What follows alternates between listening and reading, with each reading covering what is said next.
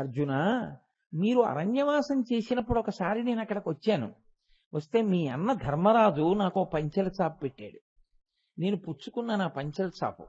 ఆయన ఏమన్నాడో తెలుసా? రేపు పొద్దున్న వచ్చే కురుక్షేత్ర యుద్ధంలో పాండవులు గెలవడం, మళ్ళీ సింహాసనాన్ని పొందడం పాండవ మధ్యముడైన అర్జునుడి యొక్క క్షేమం మీద ఆధారపడింది కృష్ణ. నా తమ్ముడు అర్జునుణ్ణి మాత్రం కంటికి రెప్పని కాసినట్టు కాపాడవా అని అడిగాడు. ఒక పంచెల చాపు పుచ్చుకున్నాను కదూ, అందుకని ద్రోణుడి బాణాలకి కర్ణుడి బాణాలకి ఈ రథం ఎప్పుడో కాలిపోయినా కాలకుండా కాపాడి ఇప్పుడు కాలేటట్టు చేశానన్నాడు. అది ఈశ్వరుడంటే. ఒక పంచెల చాపు ఆయన పుచ్చుకున్నది. ధర్మరాజు ఇస్తే పంచెల చాపు ఇలా పుచ్చుకున్నందుకు, మాట ఇచ్చినందుకు అర్జునుడినంత కాపాడాడు. ఈశ్వరుడికి ఇచ్చింది లెక్క కట్టుకోకూడదు. జన్మ జన్మలకి జీవుడిని తరింప చేయడానికి చేసిన ఒక చిన్న పూజ, ఒక్క తులసి దళం. ఇప్పుడు చెప్పండి, దేనికోసం మీరు పూజ వదిలేయాలి? ఏ పిచ్చి పనుల కోసం? ఇప్పుడు పూజ కన్నా ఇంకా చాలా ముఖ్యమైన విషయం ఏమైనా ఉంటుందా? ఉండదు. ఉండేటట్టు ఎవ్వరూ చెయ్యకూడదు కూడా. ఎందుకంటే అదే రక్ష. అదే మిమ్మల్ని, మీ కుటుంబాన్ని, మీ వారిని రక్షించగలిగేది ఏదైనా ఉంటే ఒక్క పూజ మాత్రమే. ఈశ్వరుడితో మీకున్న సంబంధము మాత్రమే. సర్వభూత భవం జ్ఞాత్వా లింగమర్చతి యః ప్రభోః. అన్ని భూతములు, సమస్త బ్రహ్మాండములు ఎందులోంచి గా పుడుతున్నాయో, లయమైపోతున్నాయో, అటువంటి శివలింగమును, సాకారము కాని దాన్ని, అరూపరూపి అయినటువంటి లింగమును అత్యంత భక్తితో ఎవడు ప్రతిరోజు ఉపాసన చేస్తున్నాడో ఆ ఉపాసకుని యొక్క బలము ఆ జన్మతో పోవడం కూడా కాదు, జన్మ జన్మాంతరముల యందు కూడా ఉపాసనా బలం ఉండిపోతుంది. విష్ణు వల్లభ అని పరమేశ్వరుడికి ఒక నామం. వల్లభుడు అంటే మిత్రుడు, స్నేహితుడు, ప్రియమైనవాడు అని ఒక అర్థం. వల్లభుడు అంటే ఆయన చేత ఉపాసింపబడినవాడు, అంటే విష్ణువు చేత ఉపాసింపబడినవాడు అని ఒక అర్థం. శ్రీ మహావిష్ణువు నిరంతరము పరమేశ్వరుణ్ణి ఉపాసన చేస్తూ ఉంటారు. అందుకని శివుడు శ్రీ మహావిష్ణువుకి వల్లభుడు కాదు. కాదు, శివకేశవులిద్దరూ అత్యంత ప్రియమైనటువంటి మిత్రులు. అసలు నిజంగా మాట్లాడితే శివకేశవులు కలిపి ఒకటే తత్వం. కాబట్టి విష్ణువల్లభ. కానీ ఇది చెప్పినంత తేలికగా మాత్రం ఉండదు. చాలా చమత్కారంగా ఉంటుంది ఆ తత్వం అంతా కూడా. ఇది బాగా ఎక్కడ ప్రకాశిస్తుందంటే, మీకు దృష్టాంతములను పరిశీలనం చేస్తే శ్రీ మహావిష్ణువు పరమశివుణ్ణి ఎప్పుడూ ఎలా ఉపాసన చేస్తూ ఉంటారు అన్న విషయం మీకు ద్యోతకమవుతుంది.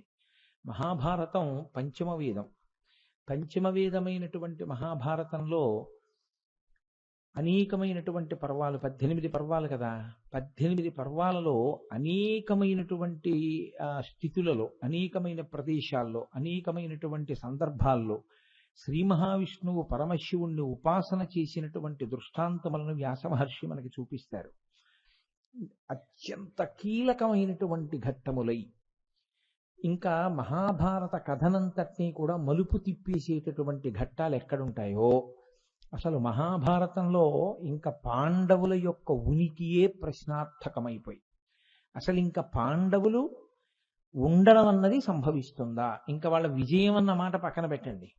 అంత తీవ్రమైనటువంటి పరిస్థితి ఉత్పన్నమైనప్పుడు వెంటనే విష్ణుమూర్తి చేసేటటువంటి పనేమి అంటే, ఆయన కృష్ణ భగవానుడిగా శివోపాసన ఆయన చేయిస్తుంటారు. చేయించి ఆ ప్రమాదం నుంచి బయటికి వస్తూ ఉంటారు. శివోపాసన ఎంత గొప్పదో చూపిస్తూ ఉంటారు ఆయన. నేను మీకు ఒక ఉదాహరణ చూపించాలి అంటే, మహాభారతంలో ద్రోణ పర్వంలో చాలా భయంకరమైన ప్రమాదకరమైనటువంటి మలుపు ఒకటి తిరిగింది. ఎందువలన తిరిగింది అంటే, సైంధవుడు అభిమన్యుణ్ణి చంపడంలో ప్రధాన పాత్ర పోషించాడు.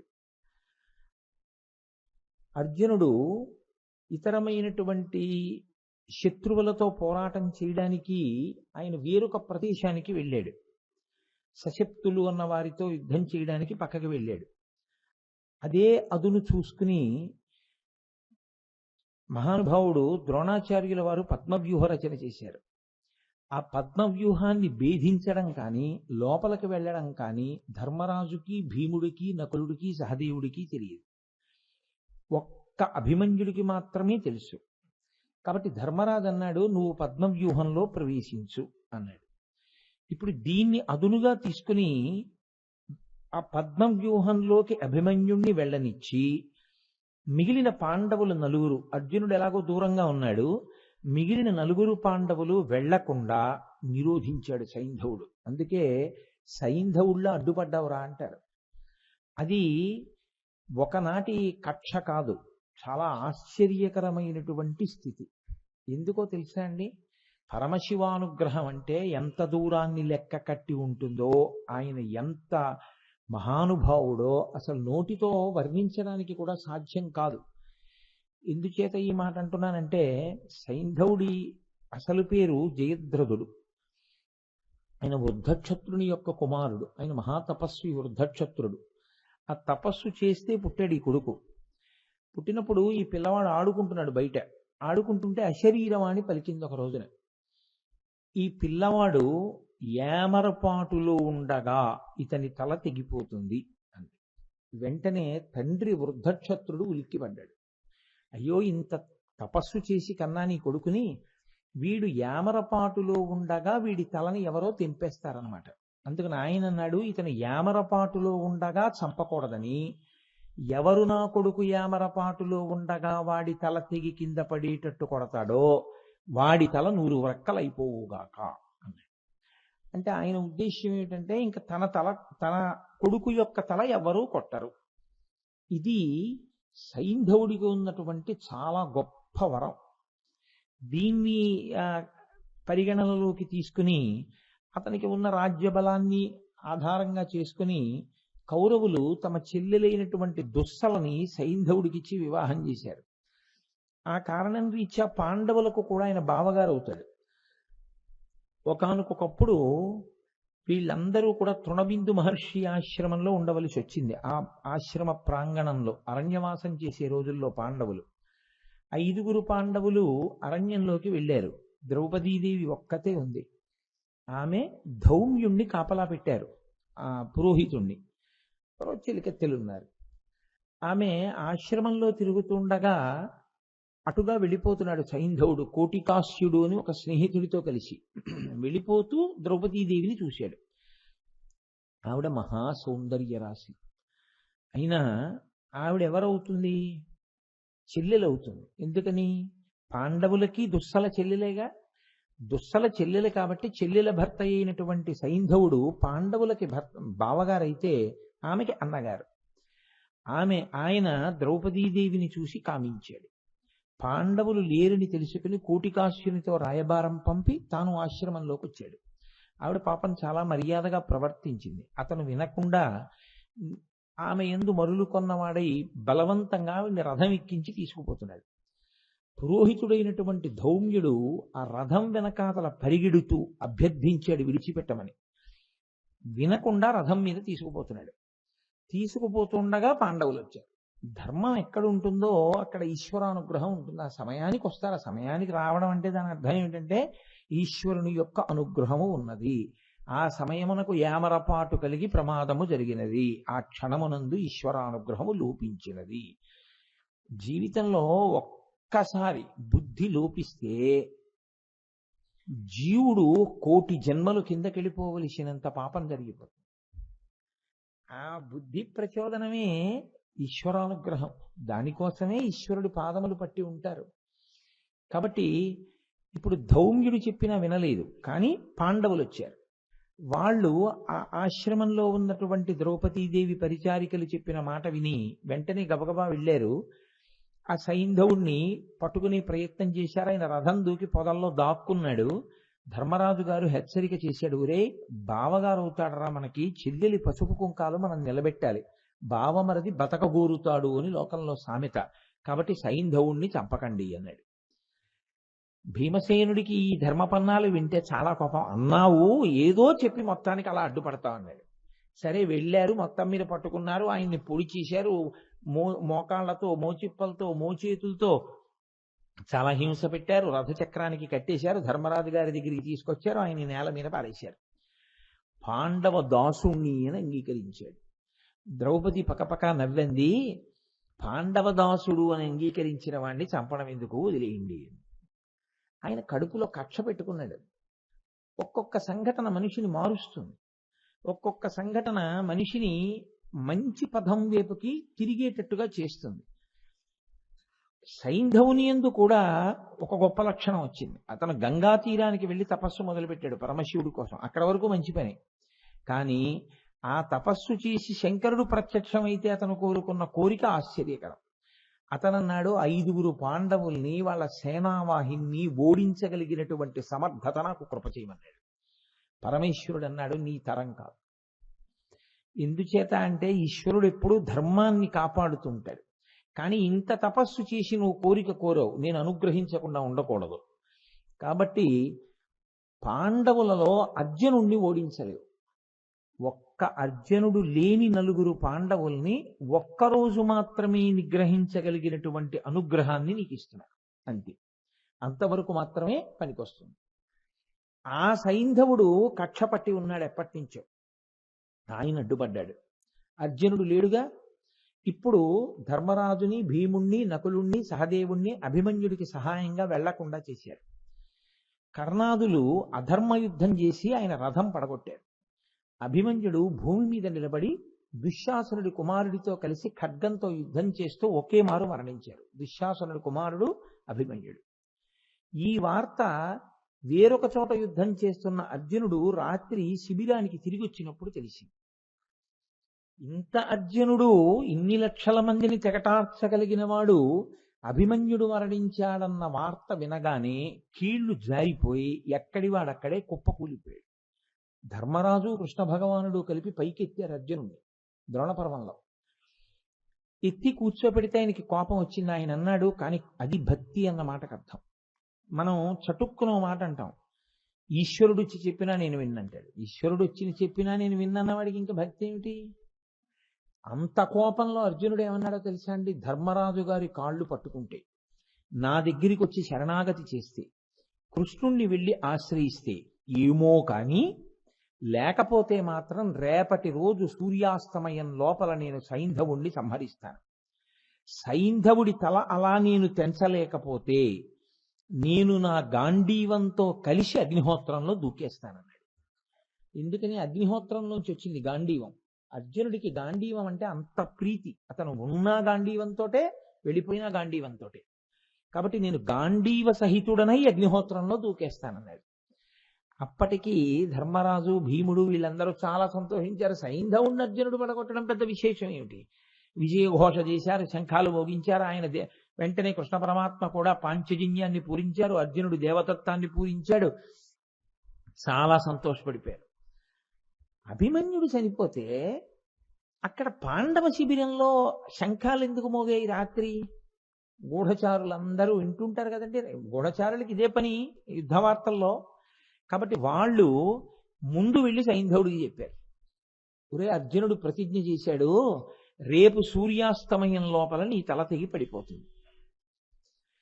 ఆ తర్వాత వార్త దుర్యోధనాదులకు వెళ్ళింది. దుర్యోధనుడు సంతోషంగా ఉన్నాడు. ఆయనకి సైంధవుడు పోతే ఆయన సంతోషంగా ఉన్నాడు. ఈ సైంధవుడు ఏడుస్తూ దుర్యోధనుడి దగ్గరికి వెళ్ళాడు. వెళ్ళి ఆయన అన్నాడు, మీరు చదవాలి భారతం, అన్నీ వివరంగా చెప్పడం సాధ్యమయ్యే విషయాలు కాదుగా. నేను ఒక్కడినేనా పాండవులకు ద్రోహం చేసిన వాడిని? నేను ఒక్కడినేనా వాళ్ళ జోలికి వెళ్ళిన వాడిని? మీ అందరూ వెళ్ళారు, మిమ్మల్ని వదిలి నన్ను చంపుతానని అర్జునుడు ప్రతిజ్ఞ చేయడం ఏమిటి? మీ అందరూ నవ్వుతూ హాయిగా కూర్చున్నారు, మీకేం పట్టట్లేదు నా గురించి, అందుకని నేను ఈ దేశం విడిచిపోతున్నాను ఇవాళ రాత్రి అన్నాడు. అంటే దుర్యోధనుడు పిలిచి అన్నాడు, నువ్వు ఇత పూర్వం కురువీరులను పొగిడావు కదా, ఇవాళ ఎందుకు భయపడి వెళ్ళిపోతావు? ద్రోణుడున్నాడు, భీష్ముడున్నాడు, వీళ్ళందరూ ఉన్నారు, నువ్వు బెంగ పెట్టుకోకు, నువ్వు రక్షింపబడతావు. ప్రత్యేకించి ద్రోణాచార్యుల వారు ఉన్నారు కదా, నీకెందుకు భయం, కాబట్టి ఉండు అంటే అంగీకరించాడు. సైంధవుడు అంగీకరించి ఉన్నాడు. దుర్యోధనుడి యొక్క పన్నాగం ఏమిటో తెలుసా అండి? మరునాడు సూర్యాస్తమయం లోపల కానీ అర్జునుడికి సైంధవుడు దొరకకపోతే ఏం చెయ్యాలి? అర్జునుడు గాంధీవంతో సహా అగ్నిహోత్రంలో దూకేయాలి. గాంధీవంతో సహా అర్జునుడు అగ్నిహోత్రంలో దూకేశాడు అనుకోండి, ఇంకా యుద్ధం నల్లేరు మీద నడక, ఇంకా పెద్ద గొడవే ఉంది గెలవడానికి, గెలిచేసేయచ్చు కదా. కాబట్టి మంచి మనకి కావలసిన రీతిలో ప్రతిజ్ఞ చేశాడు ఆవేశంలో. కాబట్టి ఇప్పుడు సైంధవుణ్ణి దొరకకుండా చేస్తే చాలు. అప్పటికి ద్రోణాచార్యుల వారే ఉన్నారు సైన్యానికి ఆధిపత్యంలో. కాబట్టి ద్రోణాచార్యుల వారికి ఈ బాధ్యత అప్పచెప్పాడు. ద్రోణుడు అన్నాడు, నువ్వు నా ఛత్రఛాయలలో ఉండగా, నిన్ను నేను రక్షిస్తుండగా అర్జునుడు నిన్ను కబళించలేడు. కాబట్టి రేపటి రోజున నేను శకట వ్యూహం పన్నుతాను. అసలు ఆ శకట వ్యూహంలో ఉన్నటువంటి వీరుల్ని ఛేదించుకుంటూ సూర్యోదయం నుంచి ప్రారంభం చేసిన నీ దగ్గరికి చేరుకోవాలి అంటే సాయంకాలం కాదు కదా, సూర్యాస్తమయమైనా రాలేడు. అంతమందిని దాటాలి అర్జునుడు. ఏ సామాన్యమైన వీరులు కారు. కాబట్టి భయపడకు, రేపటువంటి వ్యూహం పన్నుతాను. రేపు సూర్యాస్తమయానికి అర్జునుడు నిన్ను చంపలేడు. ఎవరి మాట ఇచ్చింది? సాక్షాత్ అర్జునుడి గురువు ద్రోణాచార్యుల వారు. చాలా చమత్కారం నడిచింది లేండి. తర్వాత అసలు అర్జునుడి సమర్థత ఏమిటి అని అడిగాడు. నేను అందరికీ పాఠం చెప్పాను, అందరూ పాఠం మాత్రమే విన్నారు. అర్జునుడు పరిశ్రమ చేశాడు, పరిశ్రమ చేసి అంతవాడయ్యాడు అని చెప్పాడు. సరే, మరునాటి యుద్ధం ప్రారంభం అవ్వాలి. అర్జునుడు హాయిగా ఉన్నాడు, కృష్ణుడికి నిద్రపట్టలేదు. ఆయన వెళ్ళి అన్నాడు, బావా తొందరపడి ప్రతిజ్ఞ చేశావే, చేసే ముందు నన్ను ఒక్క మాట ఎందుకు అడగలేదు అన్నాడు. ఏమి ఎందుకు అడగాలి అని అడిగాడు అర్జునుడు. ఎందుకు అడగాలంటావేమిటయా? అవతల వైపు కురు సైన్యంలో ఉన్న వాళ్ళు ఏమైనా సామాన్యమైన వీరులు అనుకుంటున్నావా? మహానుభావులందరూ ఉన్నారు. ద్రోణాచార్యుడున్నాడు, కర్ణుడున్నాడు, అశ్వత్థామ ఉన్నాడు, కృపాచార్యుడున్నాడు, కృతవర్మ ఉన్నాడు, దుర్యోధనుడున్నాడు. ఇంతమంది వీరులు వ్యూహం పన్ని అసలు సైంధవుడు ఎక్కడున్నాడో ఎలా కనపడతాడు? అన్ని అక్షౌహిణీల సైన్యంలో ద్రోణుడు ఎక్కడ పెడతాడో నీ గురువు? ఎలా చేరుకుంటావు సైంధవుడి దగ్గరికి? కాబట్టి తొందరపడి ఎందుకు ప్రతిజ్ఞ చేశావు? అర్జునుడు అన్నాడు, నువ్వు నా రథం మీద ఉండగా అవన్నీ నేనెందుకు ఆలోచించను? బావా నువ్వు ఉన్నావు కదా, నువ్వు ఉండగా జరిగి తీరుతుంది అని ఆయన అన్నాడు. నాకు గాంధీవం ఉంది, నేను బాణములను విడిచిపెడుతుంటే నా ముందు నిలబడ్డమే శత్రువీరులు దునుమాడతాను. రేపు పిశాచములు తిరుగుతాయి యుద్ధ భూమిలో శవాలు తినడానికి. చూద్దు కాని బావా నువ్వెందుకు బెంగపెట్టుకుంటావు అన్నాడు. అని హాయిగా వెళ్ళి పడుకున్నాడు. నిద్రపట్టని వాడు ఎవడంటే కృష్ణ పరమాత్మ. ఆయన ఆలోచిస్తున్నాడు, నాకు అత్యంత ప్రియుడే నా కళ్ళ ముందు ఈ అర్జునుడి శరీరం వదిలిపెట్టవలసిన పరిస్థితి వస్తే నేను ఉండి ఏం ప్రయోజనం? పరమేశ్వరుడు ఎప్పుడు ఎవరి గురించి ఆలోచిస్తుంటాడో తెలుసా అండి? తనని నమ్ముకున్న భక్తుడి గురించి ఆలోచిస్తుంటాడు. అది నమ్మకం అంటే. మనం ఏం చేస్తామంటే ప్రతి చిన్న విషయానికి ముందు మనం ఎగ్గొట్టేసేది ఏదంటే పూజ. మీరు చూడండి, ఎక్కడికన్నా వెళ్ళాలనుకోండి, ఇవాళ లఘు విష్ణు సహస్రం చేయాలనుకోండి, శ్రీరామ రామ రామేతి రమే రామే మనోరమే. అన్నిటికీ మనకి తేరగా దొరికేది ఏదంటే మానేయడానికి పూజ ఒక్కటే. మిగిలిన ఏవైనా సర్దుబాటు చేస్తాను, పూజ సర్దుబాటు చెయ్యడం కుదరదు అని నువ్వు ధృతితో నిలబడగలవా? అందుకే లోకంలో మహాపాపకర్మ ఏమిటో తెలుసా అండి? పరమ భక్తుడైన వాడి పూజ పాడు చేయడమే. అంతకన్నా పాపం ఇంకోట్లేదు. ఆయన ఏదో పూజ చేసుకుందాం అనుకుంటాడు, అప్పుడే మీరు వాళ్ళ ఇంటికి వెళ్ళడం, అప్పుడే మీరు ఆయనతో మాట్లాడాలనడం, ఆయన్ని ఇబ్బంది పెట్టడం, ఆయన ఎంత బాధపడుతుంటాడో మనసులో పూజ పోయిందని. కాబట్టి ఎప్పుడు భగవద్భక్తి కలిగినటువంటి వారి పూజా సమయంలో వారి ఇంటికి వెళ్ళడం కానీ, వారి యొక్క ఏకాగ్రతని భగ్నం చేయడం కానీ ఎప్పుడూ చేయకూడదు. అది వాళ్ళకి చాలా బాధగా ఉంటుంది. ఎందుకు మిగిలినవన్నీ జరుగుతాయి, అదొక్కటే చేయలేకపోతున్నాను అని ఎంత బాధపడతారో. అలా నిజంగా చిత్తశుద్ధితో ఈశ్వరుణ్ణి పట్టుకున్న వాడి కోసం ఈశ్వరుడు వెంపర్లాడతాడు. ఆయన అర్జునుడు నిద్రపోతుంటే స్వప్నంలో కృష్ణుడు వెళ్ళాడు. మీరు అది చమత్కారం. లేచి ఉంటే వింటలేదు. నిద్రపోతున్న అర్జునుడి యొక్క దర్భశయనం మీదకి కృష్ణ పరమాత్మ వెళ్ళారు. వెళ్ళి కూర్చున్నారు. అంత నిద్రలో కూడా స్వప్నంలోకి వెళ్ళినంత మాత్రం చేత అర్జునుడు, బావా ఏమిటి ఇంత రాత్రి వేళొచ్చో పడుకోకుండా, రా రా రా కూర్చో అన్నాడు. ఆయన అన్నాడు, లేదులే అర్జున, నువ్వు ఏమిటో చంపేస్తాను సైంధవుణ్ణి అంటున్నావు, కానీ మీ గురువు గారి ప్రజ్ఞ ఆలోచించట్లేదు, ఎక్కడ దాస్తాడో సైంధవుణ్ణి రేపు. కాబట్టి నీ చెప్పినట్టు చెయ్యిలే, కూర్చుని ఆచమనం చేసి మహాదేవుడైనటువంటి పరమశివుణ్ణి మనసులో తలుచుకో. ఇప్పుడు ఈ ఆపద నుంచి గట్టెక్కించగలిగిన వాడు ఆయన ఒక్కడే. కాబట్టి వెంటనే ఆచమనం చేసి అంతర్ముఖుడివి కా అన్నాడు. అనగానే కృష్ణార్జునులు ఇద్దరూ కూడా ఆ దర్భశయనం మీద కూర్చుని ఆచమనం చేసి అంతర్ముఖులయ్యారు. స్వప్నంలో అర్జునుడు చెయ్యి పట్టుకుని కృష్ణుడు పర్వతములన్నింటినీ దాటిస్తూ కైలాస పర్వతం మీదకి తీసుకెళ్లాడు. మహానుభావుడైనటువంటి శంకరుడు పార్వతీదేవితో కలిసి కూర్చుని కొలువు తీరి ఉన్నాడు. కృష్ణుడు అర్జునుడు, ఇదంతా స్వప్నంలో జరిగిందండి. స్వప్నావస్థలో తీసుకెళ్ళిపోయాడు, సమయం లేదని. వెళ్ళి కృష్ణార్జునుడు సాగిలపడి నమస్కారం చేశారు శంకరుడికి. ఏమి మీరు నరనారాయణులు కదా, ఏమి కోరి మీరు ఇక్కడికి వచ్చారని అడిగాడు పరమాత్మ. అంటే కృష్ణుడు అన్నాడు, ఇతనికి మహానుభావ, వెంటనే సమంత్రకంగా పాశుపతాస్త్రాన్ని సంధించడం, మళ్ళీ ఉపసంహారం చేయడం, ఇతనికి కృప చెయ్యి అర్జునుడికి. సరే, నేను ఒక రోజున మీకు చెప్పాను, పక్కనే నీలలోహిత శంకరుడు ఉన్నాడు, అక్కడే పద్మవనంలో ఉంది, తెచ్చుకోమన్నాడు. పద్మవనం దగ్గరికి వెడితే అది పెద్ద పావుల్లా కనపడ్డాయి. మళ్ళీ ఇద్దరూ ఆ ఒడ్డున కూర్చుని మళ్ళీ పరమేశ్వరుణ్ణి ఉపాసన చేశారు. చేస్తే ధనస్సు కనపడింది. ఆ ధనస్సు బాణాలు పట్టుకొస్తే నీలలోహిత శంకరుడు పక్కనే బ్రహ్మచారి రూపంలో ఉన్నాడు. ఆయన తీసుకుని ఆ బాణాన్ని ఇలా ఓసారి సంధించినట్టుగా ఆ వింటి నారికి తొడిగి ఇచ్చేశాడు.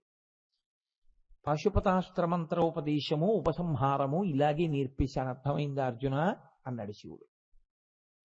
అంత గమ్మత్తుగా ఇచ్చేశాడండి.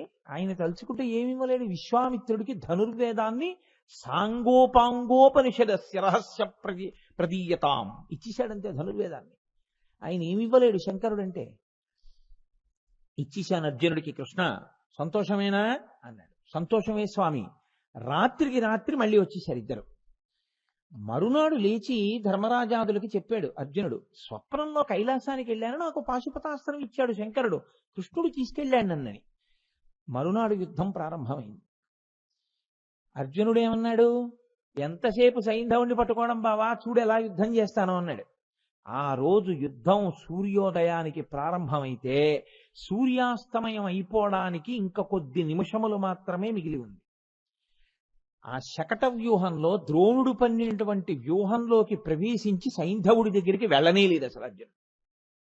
ఎక్కడో ఉన్నాడు ఇంకా సైంధవుడు, కర్ణుడితో యుద్ధం అవుతోంది. ఇంకా కొద్ది నిమిషాలు ఉందంటే సూర్యాస్తమయం అయిపోతుంది. వాళ్ళందరూ ఉత్కంఠతో ఉన్నారు. ఇంకా సూర్యాస్తమయం కాని అయిపోయిందంటే యుద్ధం, ఇంకా కురుక్షేత్రం లేదు. ఎందుకంటే అర్జునుడు గాంధీవంతో అగ్నిహోత్రంలోకి వెళ్ళిపోతాడు ప్రతిజ్ఞాపాలనానికి. వెళ్ళిపోయాడా ఇంకా నల్లేరు మీద నడక. ఇప్పుడు అర్జునుడు కాదు తనని తాను రక్షించుకోవలసిన వాడు, ఈ భారం కృష్ణ భగవానుడి మీద ఉంది. కాబట్టి ఆయన ఉత్తర క్షణం ఏం చేశాడంటే, ఒక్కసారి బాణప్రయోగం చేసి, ఒక్కసారి తన మనసులో స్మరణ చేసి అకస్మాత్తుగా చీకట్లు సృష్టించాడు. సూర్యాస్తమయం అయిపోయిన తర్వాత ఎటువంటి చీకటి వస్తుందో అటువంటి చీకటిని తన స్మరణ మాత్రం చేత సూర్య భగవానుడిని మబ్బుల్లోకి పంపించి సృష్టించాడు. అర్జునుడితో అన్నాడు, అర్జున సూర్యాస్తమయం అయిపోయింది అని ఇప్పుడు కురువీరులందరూ అనుకుంటారు. అందరికన్నా ఉత్సాహం ఎవరికి ఉంటుందంటే సైంధవుడికి ఉంటుంది, అమ్మయ్యా బతికేశానని. కాబట్టి వాడు ఇప్పుడు ఎక్కడో పైకి లేస్తాడు, లేచి పడమటి దిక్కును చూస్తాడు సూర్యాస్తమయం అయిందని. వాడలా పైకి లేచి తల రిక్కించి సూర్యాస్తమయం అవుతోందని పడమట దిక్కుని చూస్తూ ఉండగా ఒక్కసారి నువ్వు అందరిలో సైంధవుడు ఎక్కడున్నాడో చూసి వెంటనే బాణప్రయోగం చెయ్యి, నేను మళ్ళీ సూర్యుడిని పైకి వచ్చేట్టుగా ప్రార్థిస్తాను. సూర్యుడు వస్తాడు, కొద్ది నిమిషములలో సూర్యాస్తమయం అయిపోయింది. అప్పుడు నీ ప్రతిజ్ఞ తప్పదు, అప్పుడు దొరుకుతాడు సైంధవుడు అన్నాడు. అని మహానుభావుడు కృష్ణ పరమాత్మ ఒక్క సంకల్పం చేశాడు. ఆయన చెయ్యడం ఏమిటి, చీకట్లు కమ్ముకుంది. సూర్యాస్తమయం అయిపోయిందని చెప్పి ఓ శంఖాలు ఊదేశారు, భేరీలు మోగించేశారు. అయిపోయింది, అర్జునుడు ప్రాయోపవేశం చేసేయాలి, అగ్నిహోత్రంలో దూకెయ్యాలన్నారు. సంతోషపడిపోయారు. ఇంత ఉత్సాహం ఒక్కసారి కురువీరులు చూపించేసరికి సైంధవుడు సంతోషంతో రథం పైకెక్కి రథం మించి పశ్చిమ దిక్కుని రిక్కించి చూస్తున్నాడు. అదిగో సైంధవుడు తల నరికేయన్నాడు. ఒక బాణప్రయోగం చేశాడు. వెంటనే అది పక్షి తల నరికినట్టుగా సైంధవుడి తల నరికి ఆకాశంలోకి తీసుకుపోయింది. వెంటనే కృష్ణ పరమాత్మ సంకల్పం చేశారు. కొద్ది నిమిషములు మళ్ళీ సూర్యుడు ప్రకాశించాడు. ఇంకా అవలేదు సూర్యాస్తమయం, మబ్బులేసేసి చీకటి కమ్మింది. అయ్యయ్యో ఇంకా సూర్యాస్తమయం అవ్వలేదు, సైంధవుడు చచ్చిపోయాడు.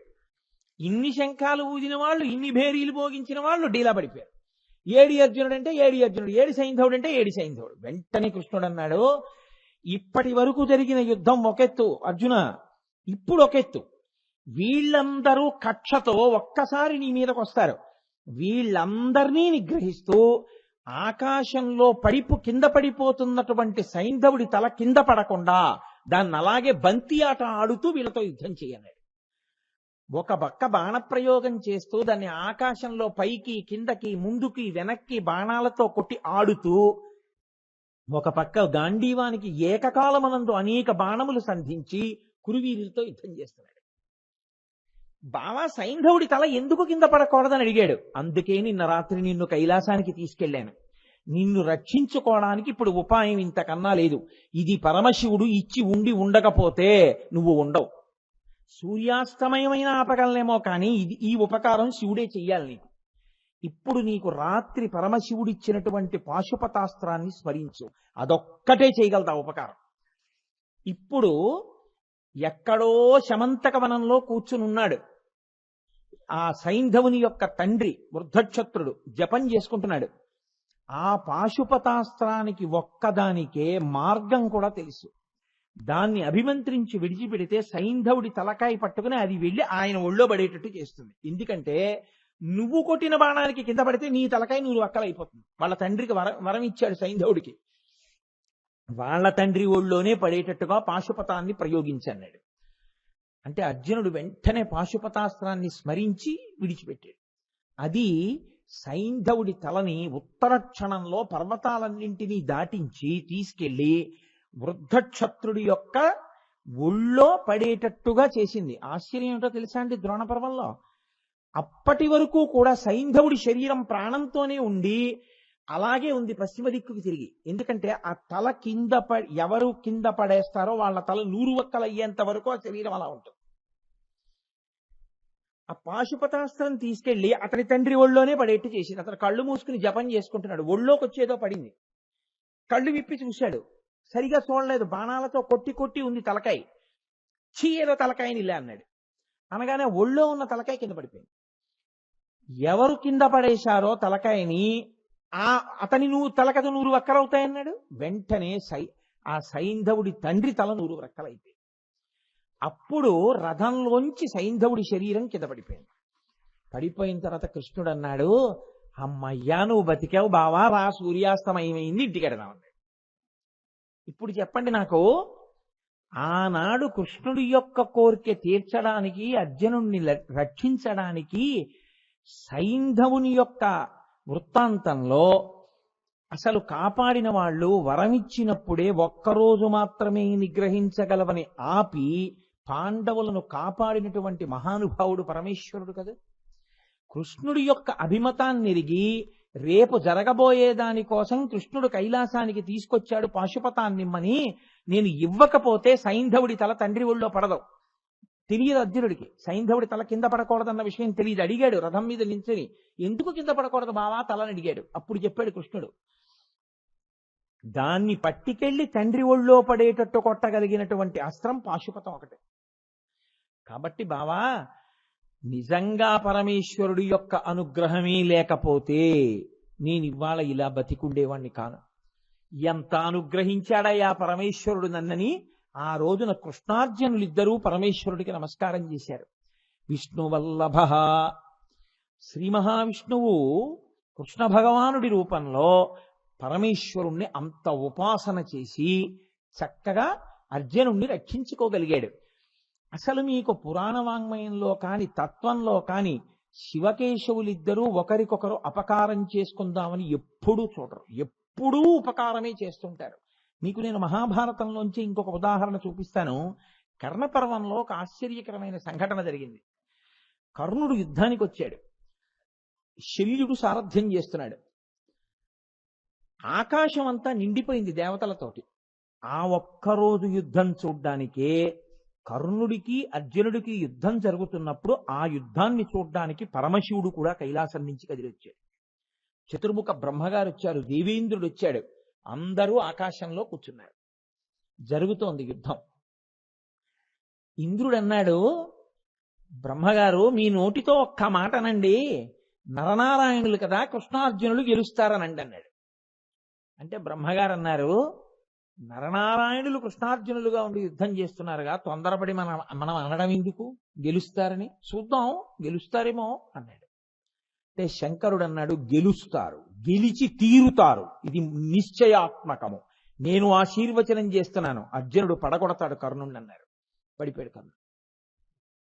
అయితే కర్ణుడు ఉన్నంతసేపు మాటలు అనుకుంటున్నారా యుద్ధం గెలవడం?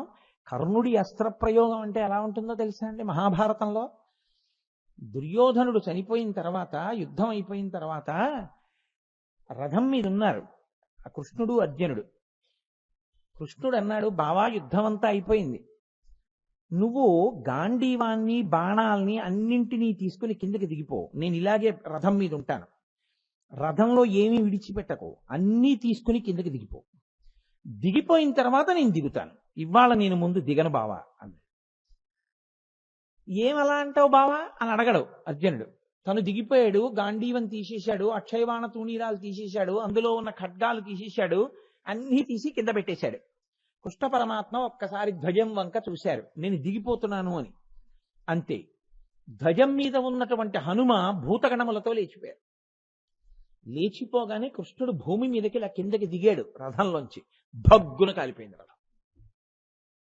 ఆశ్చర్యపోయి అర్జునుడు అన్నాడు, బావా అదేమిటి రథం అలా భగ్గున కాలిపోయింది? అయ్య బాబోయ్, ఒక్క 5 నిమిషాల క్రితం కాలిపోయి ఉంటే, బావా ఇప్పటి వరకు కాలని రథం ఇవాళ నువ్వు ముందు దిగిపో, అన్నీ తీసేయని నేను ఏవి విడిచిపెట్టి ఉండలేనో అవన్నీ తీయించేసిన తర్వాత గాంధీవం, నువ్వు కూడా దిగిపోయాక ఎందుకు కాలిపోయింది బావా అని అడిగాడు. అడిగితే కృష్ణ పరమాత్మ అన్నారు, అర్జున మీరు అరణ్యవాసం చేసినప్పుడు ఒకసారి నేను అక్కడికి వచ్చాను, వస్తే మీ అన్న ధర్మరాజు నాకు పంచెల చాపు పెట్టాడు, నేను పుచ్చుకున్నాను ఆ పంచెల చాపు. ఆయన ఏమన్నాడో తెలుసా? రేపు పొద్దున్న వచ్చే కురుక్షేత్ర యుద్ధంలో పాండవులు గెలవడం, మళ్ళీ సింహాసనాన్ని పొందడం పాండవ మధ్యముడైన అర్జునుడి యొక్క క్షేమం మీద ఆధారపడింది కృష్ణ. నా తమ్ముడు అర్జునుణ్ణి మాత్రం కంటికి రెప్పని కాసినట్టు కాపాడవా అని అడిగాడు. ఒక పంచెల చాపు పుచ్చుకున్నాను కదూ, అందుకని ద్రోణుడి బాణాలకి కర్ణుడి బాణాలకి ఈ రథం ఎప్పుడో కాలిపోయినా కాలకుండా కాపాడి ఇప్పుడు కాలేటట్టు చేశానన్నాడు. అది ఈశ్వరుడంటే. ఒక పంచెల చాపు ఆయన పుచ్చుకున్నది, ధర్మరాజు ఇస్తే పంచెల చాపు ఇలా పుచ్చుకున్నందుకు, మాట ఇచ్చినందుకు అర్జునుడినంత కాపాడాడు. ఈశ్వరుడికి ఇచ్చింది లెక్క కట్టుకోకూడదు. జన్మ జన్మలకి జీవుడిని తరింప చేయడానికి చేసిన ఒక చిన్న పూజ, ఒక్క తులసి దళం. ఇప్పుడు చెప్పండి, దేనికోసం మీరు పూజ వదిలేయాలి? ఏ పిచ్చి పనుల కోసం? ఇప్పుడు పూజ కన్నా ఇంకా చాలా ముఖ్యమైన విషయం ఏమైనా ఉంటుందా? ఉండదు. ఉండేటట్టు ఎవ్వరూ చెయ్యకూడదు కూడా. ఎందుకంటే అదే రక్ష, అదే మిమ్మల్ని, మీ కుటుంబాన్ని, మీ వారిని రక్షించగలిగేది ఏదైనా ఉంటే ఒక్క పూజ మాత్రమే, ఈశ్వరుడితో మీకున్న సంబంధము మాత్రమే. అందుకే అంటాడు ఆయన భవిష్యోత్తర పురాణంలో, ఏకేన తులసి మాత్రదలేనాపి నరోత్తమా పూజయేద్ భక్తిభావేన తంరక్షామితి మత్పనః అంటాడు. నాకేమిస్తావు? నాకేమి ఇవ్వలేవు. ఒక్క తులసి దళం తీసుకొచ్చి నా పాదాల మీద వేసి నమస్కరిస్తే నేను నీ వెంట పడి రక్షిస్తానంటాడు. కాబట్టి కృష్ణ పరమాత్మకి అర్జునుడంటే అంత ప్రాణం. అటువంటి అర్జునుణ్ణి రక్షించుకోవడానికి కృష్ణుడు ఎవరిని ఆశ్రయించాడో తెలుసా అండి? పరమశివుణ్ణి ఆశ్రయించాడు. నేను ఒక ఘట్టం కాదు, మహాభారతంలో ఎన్ని పర్వాలలోనో ఇది నిరూపణ అవుతుంటుంది. సౌప్తిక పర్వము అని ఒక పర్వం.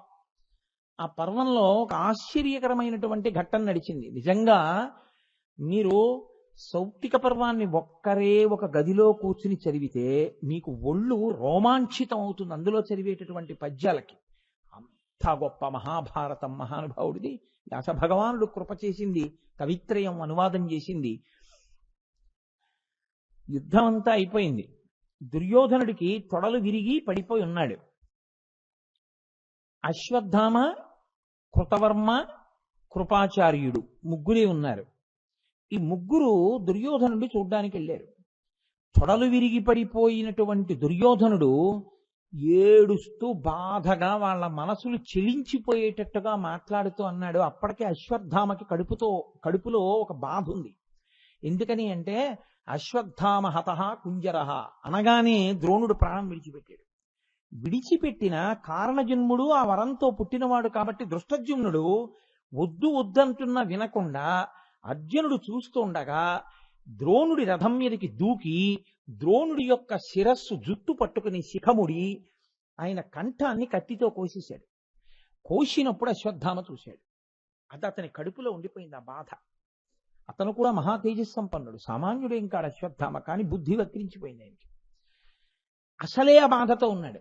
దుర్యోధనుడు అన్నాడు, అధర్మంగా నా తొడలు విరిచేశాడు భీముడు.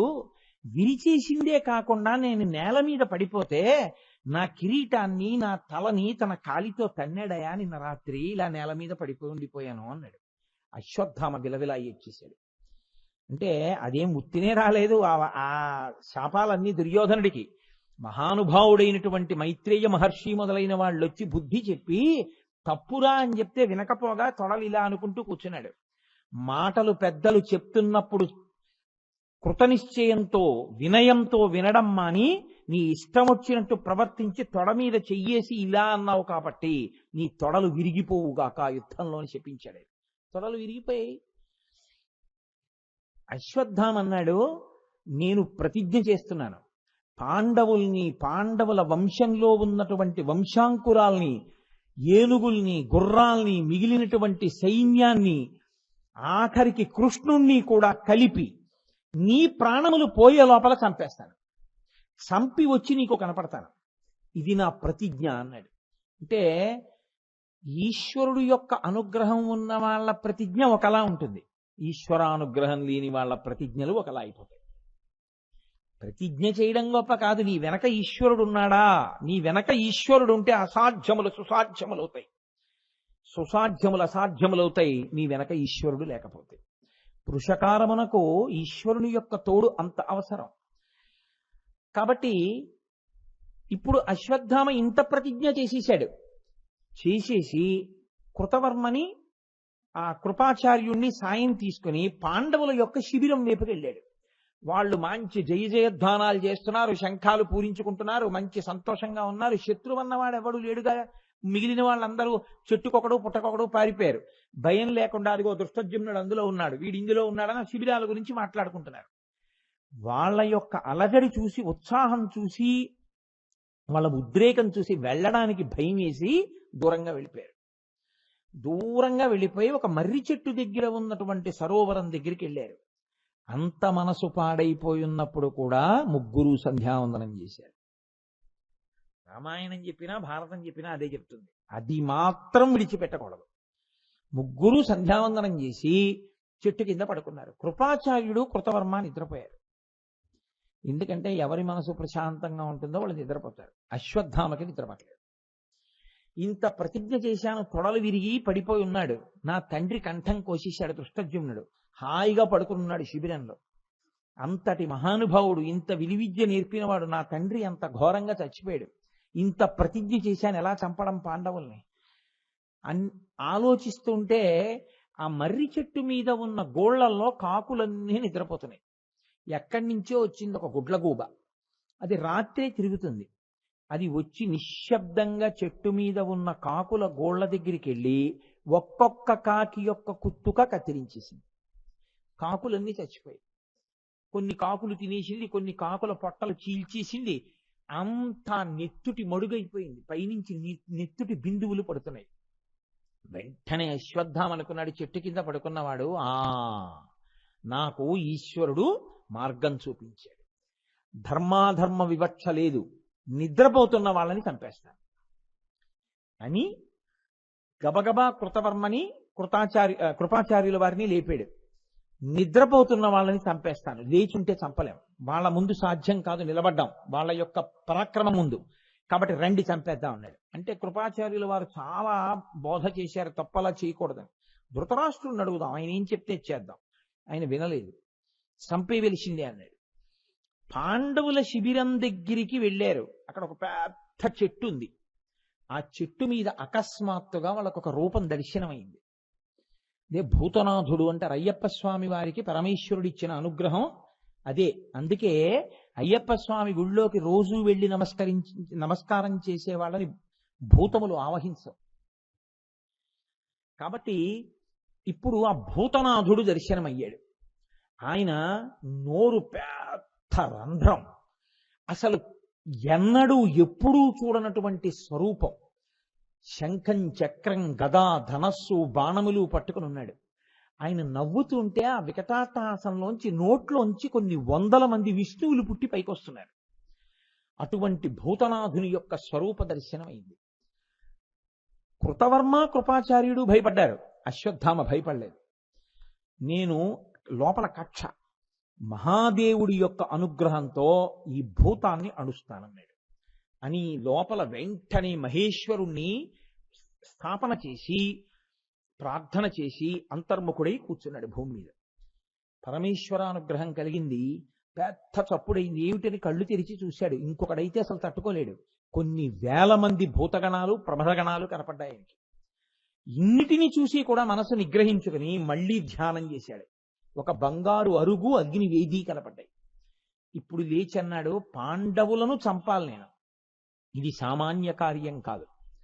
ఈశ్వరానుగ్రహంతో చంపానా, చంపుతాను. చంపలేదా, ప్రతిజ్ఞాభంగం చేసి చంపలేకపోయాడన్న అపకీర్తి పొందే కన్నా ఈ అగ్నిగుండంలో నేను పరమేశ్వరుడికి ఆహుతైపోతానని ధనస్సులు తీసుకొచ్చి అందులో పడేసి మంట పెద్దది చేసి దూకేస్తున్నాడు. కృష్ణుడికి పాండవుల యందు అనురక్తి. ఆయన ముందు రోజే ఏం చేశాడో తెలుసా అండి? వాళ్ళు దుర్యోధనుడు పడిపోయిన తర్వాత కృష్ణుడు పాండవుల్ని తీసుకుని వస్తున్నాడు శిబిరాల దగ్గరికి. అకస్మాత్తుగా ఆయనకి బుద్ధి, పరమేశ్వరానుగ్రహం ప్రచోదనమైందా అని అన్నాడు, ఇవాళ మనం మన శిబిరాల్లో పడుకోవద్దు, ఓఘోవతి నది ఒడ్డున మనం అక్కడ శిబిరంలో పడుకున్నాం, పదండని పాండవుల్ని తీసుకుని వెళ్ళి ఆ నది ఒడ్డున ఉన్న శిబిరంలో పడుకున్నాడు. అది తెలియదు అశ్వత్థామకి.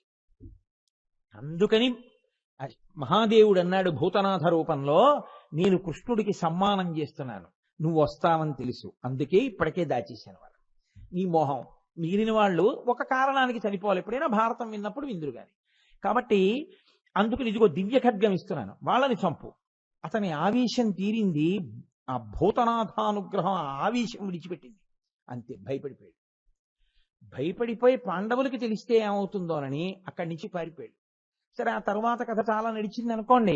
నేను మీకు ఎందుకు మనవి చేస్తున్నానంటే, విష్ణువల్లభ, నిరంతరము శ్రీ మహావిష్ణువుని కంటికి రెప్ప కాపాడినట్టు కాపాడుతూ ఉంటారు పరమశివుడు. కాదు, నేను మీకు ఇంకొక ఉదాహరణ చూపిస్తాను. ద్రోణపర్వంలోనే ఒక ఆశ్చర్యకరమైనటువంటి సంఘటన జరిగింది. అశ్వత్థామ కృష్ణార్జునులు ఇద్దరితో యుద్ధం చేస్తూ ఆగ్నేయాస్త్రం ప్రయోగించాడు. అసలు ఆ ఆగ్నేయాస్త్రం కృష్ణార్జునుల్ని కాల్చలేదు, పడిపోయింది, నిర్వీర్యం అయిపోయి. అశ్వత్థామ ఇంక యుద్ధం చేయలేదు. చాలా బాధపడి రథం దిగిపోయి అరణ్యంలో వెళ్ళిపోతున్నాడు. ఇంత అస్త్రం, ఆగ్నేయాస్త్రం ఎందరినో కాల్చింది, మనుష్యులు కదా కృష్ణార్జునులు, నేను ప్రయోగించిన అస్త్రం కాల్చకుండా పడిపోవడం ఏమిటి? బాధపడుతూ వెళ్ళిపోతున్నాడు. నల్లటి మేఘం మెరిసిపోతూ భూమి దిగితే ఎలా ఉంటుందో అలా కనపడ్డాడు మహానుభావుడు వేదవ్యాసుడు. వెళ్ళి ఆ వ్యాస భగవానుని యొక్క పాదముల మీద పడ్డాడు. పడి వ్యాసాచార్యుల వారిని అడిగాడు, అయ్యా, ఆగ్నేయాస్త్రం ఇత పూర్వం నేను ఎన్ని పర్యాయములు ప్రయోగిస్తే అన్ని పర్యాయములు అంతమందిని కాల్చింది. కృష్ణార్జునులు మనుష్యులు కదా, మరి నేను ఆ అస్త్ర ప్రయోగం చేస్తే ఎందుకు కాల్చలేదు వాళ్ళని అని అడిగితే అప్పుడు వేదవ్యాస మహర్షి నవ్వి కూర్చోమ్మని ఒక రహస్యం చెప్పారు. కృష్ణార్జునులంటే ఎవరనుకుంటున్నావు? ఈ కృష్ణ భగవానుడు సాక్షాత్ శ్రీ మహావిష్ణువు. శ్రీ మహావిష్ణువు నారాయణ ఋషి అనబడేటటువంటి పేరుతో అవతరించి పరమశివుడి గురించి ఘోరమైన తపస్సు చేశారు. పరమశివుడు ప్రత్యక్షమయ్యారు శ్రీ మహావిష్ణువుకి. ఏం కావాలని అడిగారు. నాకు ఈ లోకాన్నంతటినీ రక్షించడానికి కావలసినటువంటి శక్తిని కృప చెయ్యమని అడిగారు. ఆ రోజున పరమశివుడు ఎంత కృప చేశాడో తెలుసా విష్ణువుని? లోకంలో నిన్ను జయించగలిగినటువంటి వాడన్నవాడు ఉండడు, పంచభూతములు కూడా నిన్నేమీ చెయ్యలేవు, ఏది నిన్ను గెలవగలిగినటువంటిదన్నది లేదు అని ఆయన ఎంత కృపాళు అంటే, నాతో సహా ఈ క్షణం నుంచి నువ్వు యుద్ధం చేస్తే నేను కూడా నీ చేతిలో ఓడిపోవలసింది, అంత శక్తి నీకు ఇచ్చేస్తున్నాను, పుచ్చుకో అన్నాడు. ఆ నారాయణ ఋషి మళ్లీ తపించి తనలోంచి నరుణ్ణి సృజించాడు. ఆ నరనారాయణులిద్దరూ లోకరక్షణ చేస్తారు. వాళ్ళిద్దరూ కృష్ణార్జునులుగా వచ్చారు. నరనారాయణులుగా ఉండగా, కృష్ణార్జునులుగా ఉండగా వాళ్ళు నిరంతరము లింగోపాసన చేస్తారు, శివలింగానికి ఆరాధన చేస్తారు. లోకంలో ఎవడు ప్రతిరోజు శివలింగాన్ని ఉపాసన చేస్తాడో వాడు చాలా పై స్థాయిలో కూర్చునేటటువంటి ఉపాసకుడు. సర్వభూత భవం జ్ఞాత్వా లింగమర్చతి య ప్రభోహో తస్మిన్నభ్యధికాం ప్రీతిం కరోతి వృషభధ్వజ. వ్యాసభగవానుడు సంస్కృత భారతంలో చెప్పిన మాట. సర్వభూత భవం జ్ఞాత్వా లింగమర్చతి య ప్రభోహో. అన్ని భూతములు, సమస్త బ్రహ్మాండములు ఎందులోంచి గా పుడుతున్నాయో, లయమైపోతున్నాయో అటువంటి శివలింగమును, సాకారము కాని దాన్ని, అరూపరూపి అయినటువంటి లింగమును అత్యంత భక్తితో ఎవడు ప్రతిరోజు ఉపాసన చేస్తున్నాడో ఆ ఉపాసకుని యొక్క బలము ఆ జన్మతో పోవడం కూడా కాదు, జన్మ జన్మాంతరముల యందు కూడా ఉపాసనా బలం ఉండిపోతుంది. లింగార్చన అంటే అంత గొప్పది. కృష్ణార్జునులిద్దరూ అటువంటి లింగోపాసకులు. నీవు కూడా శివోపాసకుడవే, కానీ నీవు ప్రతిరోజు మృత్తికతో శివుడి యొక్క విగ్రహాన్ని చేస్తావు. కరచరణాదులతో ఉన్న శివుణ్ణి తయారు చేసి పూజ చేస్తావు. కృష్ణార్జునులో లింగమర్చతి య ప్రభోహో, వాళ్ళిద్దరూ శివలింగాన్ని ఆరాధన చేస్తారు. శివలింగాన్ని ఆరాధన చేసిన కారణం చేత కృష్ణార్జునుల యొక్క ఉపాసనా బలం నీ ఉపాసనా బలం కాదు, ఏ ఉపాసన బలం కన్నా పెద్దది. అది ఇంకా దాన్ని మించిన ఉపాసన లేదు. అంత శక్తివంతం నేను కాదు చెప్పింది, సాక్షాత్తు వేదవ్యాసుడు. లింగమర్చతి య ప్రభోహో తస్మిన్నభ్యధికాం ప్రీతిం కరోతి వృషభధ్వజ. అందుకే వృషభధ్వజుడైనటువంటి పరమశివునికి ప్రత్యేకమైన ప్రీతి కృష్ణార్జునుల యందు. చాలా ప్రేమ, నిరంతరము కాపాడుతూ ఉంటాడు. అలా ఆయన కాపాడుతుండగా నువ్వు కాదు కదా, నీ తండ్రి ద్రోణుడు కూడా వాళ్ళని నిర్జించలేడు. కారణం వాళ్ళకి శివానుగ్రహం ఉంది, ఎప్పుడూ శివుడి చేత రక్షింపబడతారు. శివుడంటే ఎవరో తెలుసా? నువ్వు ఆవగింజ కావాలంటే నీకు పర్వతాన్ని తీసుకొచ్చిస్తాడు, అంతటి మహానుభావుడు. కన్న తండ్రి లోకములకు. అటువంటి వాడి అనుగ్రహం ఉన్నటువంటి కృష్ణార్జునుల్ని నువ్వెక్కడ చెనకుతావయా? అందుకే నీ ఆగ్నేయాస్త్రం వాళ్ళ మీద పనిచేయలేదు, నీకన్నా వాళ్ళ ఉపాసన అటువంటిది. ఇప్పుడు చెప్పండి, విష్ణువల్లభ నిరూపించిందా లేదా మహాభారతం?